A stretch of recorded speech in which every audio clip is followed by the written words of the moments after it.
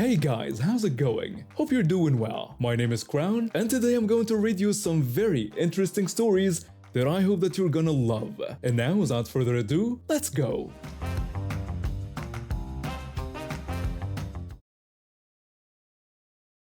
I started racing cars when I was 16. Started with my dad's old Camaro in our garage, learning how to work on engines and fix whatever broke down. By the time I got to college, I was racing locally every weekend I could afford it. The guys at the track started calling me Smokey because my first car always had this little puff of blue smoke when I'd rev it up. The name stuck. For my 21st birthday, my girlfriend got me this really nice Wrangler jean jacket. It was perfect because I could finally have somewhere to put all the patches I've been collecting from racing. I'm talking patches from parts companies like Summit Racing, Holly Carburetors, and Turbo Blue. I had patches from fuel companies like VP Racing Fuels and engine oil brands. Some were from gun manufacturers like Ruger and Remington that sponsored some of the local races. A few video game patches too, just stuff I liked. The thing is, I didn't just stick these patches on with Velcro like most people do. I hand-sewed every single one of them onto that jacket. Took me months to get them all positioned right and stitched down tight. Some of those patches were from the 80s and 90s. Really hard to find now. The jacket was probably worth a couple $100 by the time I was done with it, maybe more. I wore that jacket everywhere on campus. It was like my signature thing. I even had Smokey embroidered on the chest pocket in bright orange thread to match some of the racing patches. Every time I went to the track, that jacket came with me. So anyway, it was a Tuesday afternoon and I'd just gotten out of my engineering class. I was hungry and decided to hit up the McDonald's near campus for lunch. Nothing fancy, just needed some food before my next class. I parked my truck, locked it up, and headed inside wearing my jacket like always. There were a few families eating inside, pretty normal lunch crowd. I got in line behind this woman and her teenage daughter who looked maybe 16 or so. They were finishing up their order when I walked up to the counter. I ordered 2 cheeseburgers and a Coke from the cashier. After paying, I went to fill my drink at the fountain. That's when the woman walked up to me and complimented my jacket. She seemed curious about one of my racing fuel patches, so I explained that it was for a fuel brand I used in my race car. I told her I was a small-time local racer and supported the company because they made great products. Her daughter looked me up and down with this nasty expression and told me I couldn't be a racer because I was too fat. Now look, I'm not gonna lie about my build. I'm a big guy, broad shoulders, and I carry some extra weight around my middle. But that doesn't stop me from getting behind the wheel. I just smiled and told her that anyone could be anything if they put their mind to it. The girl rolled her eyes and walked away with her mom. I figured that was the end of it, collected my food, and sat down to eat. I was finishing up my second cheeseburger when I felt something tugging on my jacket. At first I thought maybe it got caught on the chair or something, but then the tugging became more like jerking motions. Someone was actually trying to pull my jacket off me. I turned around and saw the teenage girl from before yanking on the hem of my jacket. I asked if I could help her, and she requested to try on my jacket. I declined, explaining that I'd rather not take it off because it had sentimental value. She kept pushing, asking me to let her try it on for just a minute and questioning what harm it could do. I repeated that I really didn't want to take it off, mentioning that I had to get back to campus for classes and that the jacket was very special to me. That's when everything went completely insane. This girl suddenly started screaming at the top of her lungs that I was assaulting her. Every single person in that McDonald's turned to stare at us. I immediately backed away from her, holding my hands up and insisting that I hadn't even touched her. The mother came running over with her phone already out dialing 911. She started yelling accusations at me, claiming that if I hadn't touched her daughter, then why had I taken her boyfriend's jacket? She called me a pervert right there in front of everyone. I told her she was crazy and that I had walked into the restaurant wearing this jacket, but she insisted that wasn't true. She claimed her daughter's boyfriend had given her the jacket and that her daughter wouldn't take it off for anyone. Then she accused me of trying to steal from her daughter too. The daughter was now full-on crying, making these horrible sobbing sounds. She started claiming that I had groped her and tried to grape her. The manager came rushing out from the back office and told me I needed to stay put until the police arrived.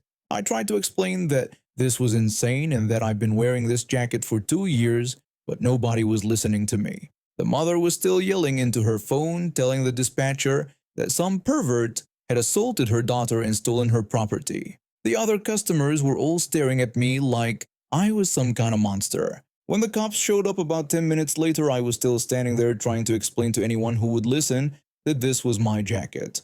The officers talked to the mother and daughter first, then one of them came over to me. She told me she was going to need to put me in handcuffs while they sorted everything out. Before I could say anything, the cuffs were on and they were taking my jacket off me. The officer walked me out to her patrol car and asked if I had my ID with me. I told her it was in my wallet in my front pocket. She asked me to explain what had happened from my side. I told her the whole story, how I came in for lunch, spoke briefly with the girl's mother about my jacket patches, and then the daughter asked to try on my jacket. I explained that when I said no, she started screaming assault, and the mother began claiming I had stolen the jacket. The officer then asked if I could prove the jacket belonged to me. That's when I got worried for a second. The jacket only had Smokey stitched on it, not my real name. But then I remembered something and asked her to take out my wallet. She pulled out my wallet and I had her look at the stitching I'd done on it. I'd embroidered Smokey on my wallet too, in the exact same bright orange thread I'd used on the jacket patches. I pointed out how the stitching was identical, same thread, same style, same name, and that I had done all the work myself.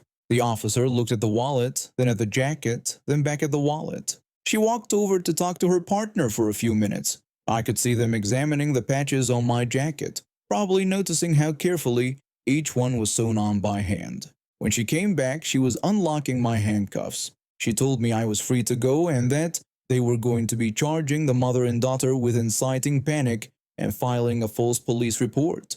I got my jacket back and watched through the McDonald's windows as the officers talked to the mother and daughter. The girl had stopped crying and was now arguing with the cops. Her mother was gesturing wildly, probably still trying to convince them that somehow I had stolen a jacket that clearly belonged to me. I walked back to my truck and could hear the mother yelling something about how unfair it all was. The daughter was back to crying, but this time it was probably because she realized she was in serious trouble. I drove back to campus and made it to my next class, but I couldn't concentrate on anything the professor was saying. I kept thinking about how close I'd come to being arrested for assault charges over a complete lie. That night, I took some orange thread and stitched my real name under one of the Velcro patches, somewhere only I would know to look. I wasn't going to let something like this happen again. I worked part-time as a waitress at this local restaurant since I turned 17. My boss is this woman who looks out for us, and my co-worker is supportive. Being Asian and pretty skinny, I sometimes get weird looks from customers, but usually people are fine. The restaurant gets busy during lunch rushes, especially on weekends. I've gotten used to handling difficult customers over the months I've been working there. Most complaints are reasonable. Food took too long, wrong order, that kind of stuff. But nothing prepared me for what happened on this Saturday afternoon. I had just come out from the back room when I noticed a table with 3 women and 2 kids waving at me. The women looked to be in their 30s or 40s, dressed nicely, like they had money. The kids seemed quiet and well-behaved, probably around 8 to 10 years old. I could see their plates were mostly empty, so I figured they wanted their check. I walked over and smiled, asking if they needed their bill. The first woman started laughing like I had said something funny. She repeated the word bill like it was ridiculous. The second woman jumped in, her voice getting louder. She demanded to know how I could expect them to pay after such poor service. I was confused because I hadn't even served their table. Another server had taken care of them when I was in the back doing inventory. I apologized and asked what had been wrong. The first woman told me the food was lousy and that she had called me over to make a complaint. She said they were not going to pay for their meal. I tried to stay professional even though I was getting a bad feeling about these women. I told her I was sorry it wasn't up to their expectations, but they couldn't have the meal for free. I said their complaint was noted. The third woman slammed her hand on the table, making the kids jump. She asked how I dared to say such a thing and claimed she knew the owner of the restaurant. She said she would call him right now and report my rude behavior. My boss is a woman, and I could see her sitting across the restaurant enjoying her lunch break. She never answers her phone during meals because she believes in taking breaks. The third woman pulled out her phone with this smug smile on her face. She pretended to talk to someone, telling them that one of the employees was being very rude. She used a racist slur to describe me and told the fake person on the phone to fire me. She also complained about the food being terrible and said the chef should be fired too. She finished by saying they wouldn't have to pay. I was watching my boss the whole time and she never even looked at her phone. But I didn't fully catch what the woman had called me until later. My co-worker walked by right when she was finishing her fake phone call. The third woman smiled and told me I was fired. She said I should pack my things and leave. It would have been funny if it wasn't so ridiculous. My co-worker looked confused and asked what was happening. I explained that they weren't satisfied with their food and refused to pay. The third woman told my co-worker that he was also fired and should stop talking and leave. She said he should let his friend do the job we couldn't do right. My co-worker's face changed when he heard how she was talking to us. He told her that calling me names was very rude and that he would have to ask them to pay for their meal and leave. The second woman stood up like she was ready to fight. She asked if we had another stuck-up jerk. The first woman demanded to know why we were being so rude. She claimed they were loyal customers who just wanted to give helpful criticism about the food and asked if this was how we treated customers. I had never seen any of these women before in my life. The kids looked like they wanted to disappear under the table. I could see my co-worker looking over toward our boss. The third woman said that people like us were a thorn in society and that she should get both of us fired. Then she said it again, but louder this time. She looked right at me and said a racist slur. This time I heard it clearly and I felt my face get hot with anger. My co-worker stepped closer to the table. He told her to stop being racist and warned her about continuing to refuse payment. The third woman interrupted him, shouting that she knew the owner and that he should never have hired any of us worthless pieces of trash. Her voice was getting louder and other customers were starting to stare. I saw my boss get up from her table and start walking over. But before she could get there, the first woman decided to make things even worse. She called out to me and told me to take off my earrings. Both my co-worker and I asked why she would want me to do that. She asked if I had any idea how customer service worked and said the earrings would be compensation for the terrible food and service. She added that I shouldn't be able to afford them anyway and that they would be perfect for her daughter. My earrings were just simple silver studs, nothing fancy or expensive looking. I had no idea what she thought they were worth, but they had belonged to my mother and there was no way I was giving them up. One of the kids looked like she wanted to say something to her mom, but then looked away embarrassed. I felt bad for those children having to watch their mothers act like this. I should have waited for my boss to handle it, but I was so angry. I told her she had no right to ask for my earrings because they had belonged to my mother. I called out her lie about knowing my boss and asked if she thought it was right to stomp on other people and call them names.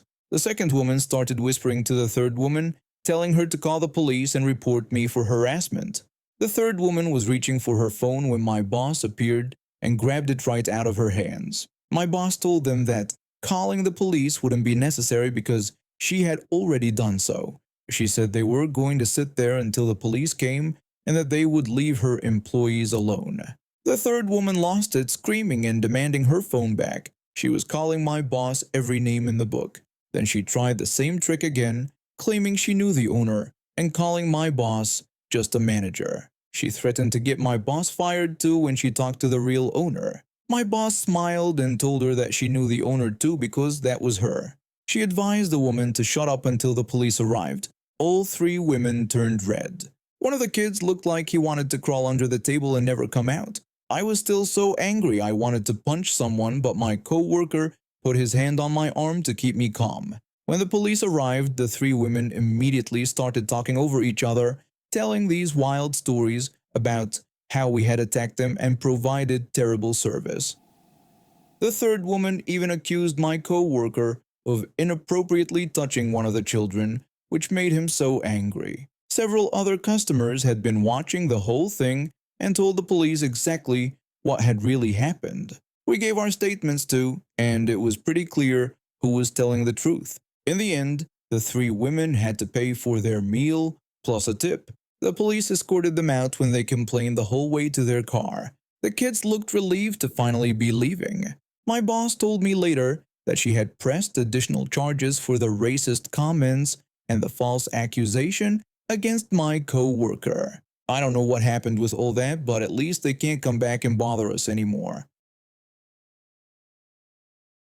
I work as a lab technician at our city hospital. The building is old and cramped, right in the middle of downtown where parking is a nightmare. Between all the patients, students, staff, and random visitors, finding a parking spot after 8 in the morning is like winning the lottery. My department is small, just 4 of us lab techs total. Since we work evening shifts and have to be on call for emergencies, management gave us one reserved parking spot. Just one. It's tucked between a concrete pillar and the wall of another building, right next to our lab entrance. There's a clear sign saying it's only for on-call lab technicians from our department, and we keep it secured with a chain and padlock when nobody's using it. Sometimes we let the other lab team use it if we're all coming in by bus or subway, but most of the time we need it ourselves. The hospital gave me a special sticker for my car that lets me park in certain emergency zones too, but this spot is way more convenient. A few weeks ago, I started picking up more evening shifts. The hours are usually 10 in the morning until 7 at night, but emergency calls can keep you there much later. Since I was on call that day, I drove to work instead of taking public transport. I got to the hospital around 9:45, expecting to pull right into our reserved spot like always. But when I got there, the chain was lying on the ground and some random car was parked in our space. At first I figured maybe it was someone from the other lab team, but I didn't recognize the vehicle and nobody had asked me about using the spot. I decided to park horizontally right in front of the car, completely blocking it in. My car wasn't sticking out into the road or anything. There was still plenty of sidewalk space for people to walk safely. The other car was now trapped between the wall, the pillar, and my vehicle. Initially, I thought I'd just move my car once I found whichever colleague had taken the spot and worked things out. But when I got inside and asked around, nobody from either lab team knew anything about it. One of the other techs told me he'd seen the whole thing from the window. Around 9:40, some woman had pulled up, gotten out of her car, and started walking toward the hospital entrance. When he opened the window and called down to tell her she couldn't park there, she just shouted back without even stopping that she was in a hurry and wouldn't be long.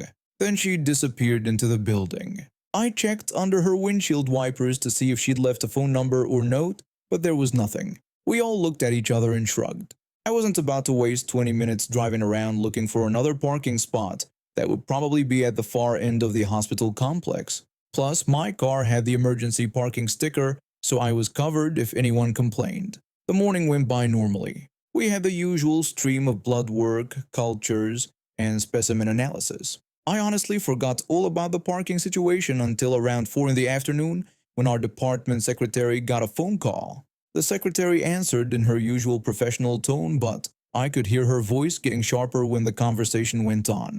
She's normally sweet as pie, but she's got zero patience for nonsense. She told the caller that the parking spot was clearly marked as reserved for our on-call technicians only. There was some back and forth, then she transferred the call to our lab phone. My colleague picked up and identified himself as the lab technician. I could only hear one side, but apparently the woman was demanding to know why there was a car blocking hers. My colleague explained that she had parked illegally in our reserved spot and that the sign was right there. He asked how she had even gotten past the chain. After more arguing from the other end, he told her that saying she wouldn't be long didn't make it legal, and that she would have to wait for the car owner or we would call to have her towed. After he hung up, another colleague volunteered to go outside and check on the situation. When he came back, he was trying not to laugh. He said she looked so relieved when she saw him coming because she thought he was going to move the car for her. I asked what he told her, and he said he explained that it was illegal for her to park there and now she had to wait. He also mentioned we could call security to have her towed if she preferred. The thing is, I was right in the middle of a complex procedure in our sterile white room. When you're in there, you're wearing full protective gear and working with controlled atmosphere equipment. You can't just walk out halfway through without contaminating everything and potentially ruining hours of work. So she waited and called back 2 more times to complain. The first time, the secretary answered again and told her that they had already explained this, that she had parked illegally and now had to wait. The second time, my colleague picked up and was less patient. He told her that she could either wait quietly or they could involve hospital security, and it was her choice. That seemed to shut her up for a while. I finally finished up in the sterile room around 5:30. My colleagues and I looked at each other with matching grins. I took my sweet time changing out of my lab gear, made sure all the equipment was properly cleaned and stored, double-checked that all the samples were labeled correctly, let everyone in the building know I was stepping out for 5 minutes, really dragged the whole process out. When I finally walked outside at 5:45, there she was, middle-aged woman in scrubs. Turns out she worked in another department and had shown up late for her shift. She couldn't find parking anywhere, so she decided our reserved spot was fair game. Still no clue how she got past the padlock, but it was pretty old and weathered. Maybe it just broke when she messed with it. She was standing next to her car looking absolutely furious, but the threat of getting towed must have sunk in because she didn't say much. She just gave me a sarcastic thank you that was thick with attitude, but I just smiled and moved my car. By the time she could back out and drive away, it was almost 6 o'clock. She'd been stuck there for a little under 2 hours. Honestly, she got off easy. My shift didn't end until 7:30 that night, and if there had been any emergencies, I could have been there until midnight. Ever since that day, nobody else has dared to park in our spot. And now we have reached the end of today's stories. Thank you for watching, and see you next time.